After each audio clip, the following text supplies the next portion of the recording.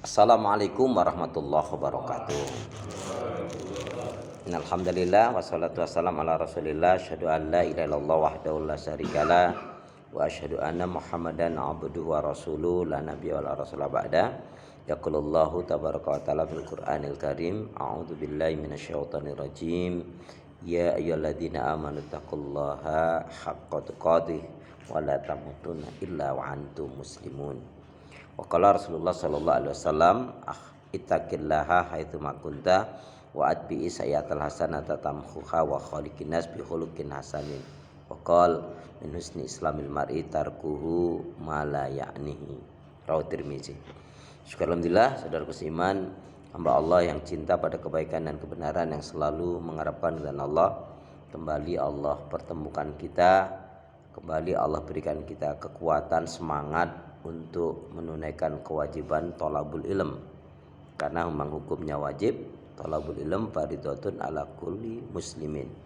Kalau ditambah wa muslimatin, itu wa muslimatin, tambahan itu menjadi bukan hadis, karena memang yang hadisnya dari Rasulullah adalah ya, menuntut ilmu itu wajib hukumnya bagi orang-orang yang beriman.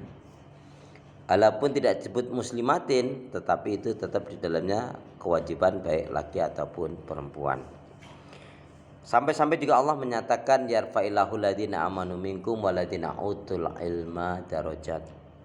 Surat Al-Mujadilah ayat yang 11. Maka niscaya Allah Subhanahu wa taala akan mengangkat orang-orang yang beriman dan berilmu di antara kalian dengan beberapa derajat.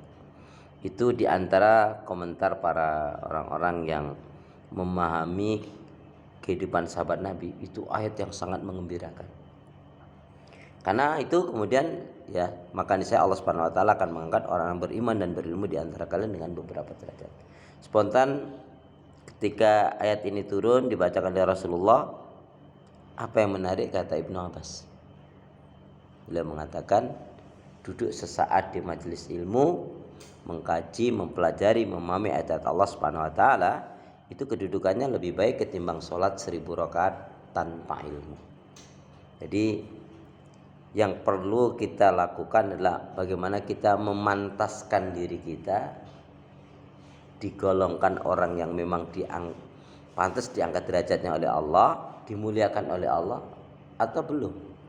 Oh belum, ya berarti segera, karena hidup ini pilihan, mau tumbuh atau mau layu, mau bangkit atau mau sakit, mau berubah atau mau begitu-begitu saja, mau susah atau mau bahagia. Semuanya dengan merubah mindset saja, itu orang tuh bisa berubah. Contoh, orang ini adalah saya nggak bisa, selamanya nggak akan bisa, akan terkunci dengan kata-kata itu. Makanya Nabi paling nggak suka kalau ada umat ini diajak melakukan kebaikan, saya nggak bisa, saya nggak bisa lakukan ini. Dia menyerah sebelum ikhtiar. Maka ada komentar, orang yang gagal adalah orang yang menyerah sebelum dia ikhtiar usaha. Tapi katakan insya Allah saya akan coba, doakan saya, ya saya akan memulai. Bismillah, saya akan mohon kepada Allah agar Allah memampukan saya. Itu dalam hal amalan-amalan kebaikan seperti itu. Ya, ketika kita mengatakan aduh berat, berat betul, tapi insya Allah bisa, insya Allah ringan.